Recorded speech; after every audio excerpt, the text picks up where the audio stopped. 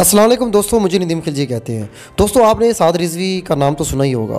जनाब वो फिर जाग चुके हैं और उन्होंने इम्पोर्टेड हुकूमत को 72 घंटे का अल्टीमेटम दिया और कहा है कि अगर आप लोगों ने पेट्रोल की कीमतें कम ना की तो हम फिर अपना लाहेअमल तैयार करेंगे और हम फिर वही धरना दे सकते हैं या हम एहतजाज करेंगे, जो भी करेंगे। तो हम वो लाहेअमल तैयार कर रहे हैं। तो ये सिर्फ आप लोगों को सिर्फ 72 घंटे का अल्टीमेटम है।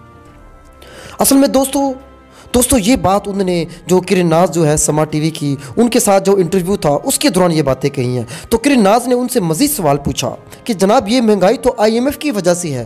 तो साद रिजवी ने कहा कि जनाब अगर IMF की अगर मर्ज़ी से है तो जनाब ये इसका जो बोझ जो है गरीबों पे क्यों डाला गया है। आप इसका बोझ जो है जो इनके वज़ीरान हैं, इनके मुशीरान हैं, इनके ऊपर क्यों नहीं डालते। उनके जो मराहत हैं उनकी वो क्यों नहीं ख़त्म करते। उनको जो पेट्रोल जो मिलता है उनको वो क्यों नहीं ख़त्म करते। तो गरीब आवाम का जो है ना आप खून पसीना क्यों निचोड़ते हो, उनकी क्यों खाल उधेड़ते हो आप। कहता है गरीब आवाम तो इतनी तंग हो चुकी है कि वो तो बेचारी एहतजाज के लिए भी बाहर नहीं निकल सकती, वो क्या करे। तो किरण नाज ने उनसे पूछा कि मौलाना साहब अगर आप हुकूमत में आते हैं तो आप क्या करेंगे। तो मौलाना साहब फरमाते हैं कि अगर हम हुकूमत में आए तो सबसे पहले ब्यूरोक्रेसी और एस्टेब्लिशमेंट की अयाशियाँ ख़त्म करेंगे। इनके जो नाजायज़ खर्चे हैं, नाजायज़ अयाशियाँ, वो सब ख़त्म कर देंगे।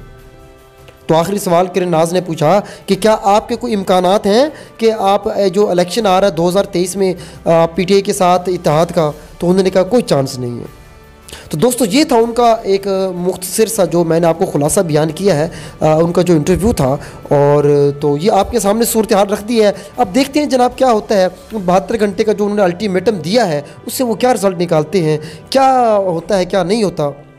मौलाना साहब के बारे में, तहरीक लब्बैक के बारे में ये भी मशहूर है कि ये इनका एक ख़ास टाइमिंग होती है। जनाब दोस्तों इस ख़ास टाइमिंग पे तो बात नहीं करता, सूरत हाल आप सबके सामने है।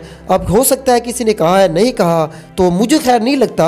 बहरहाल ये अब कौम का निकलना एक नागुज़ीर हो चुका है। अब निकलना चाहिए, पूरी कौम को बाहर निकलना चाहिए। तो मौलाना साहब ने यह भी कहा था कि भाई अगर आप महंगाई नहीं ख़त्म कर सकते तो आप हुकूमत में क्या लेने आए थे।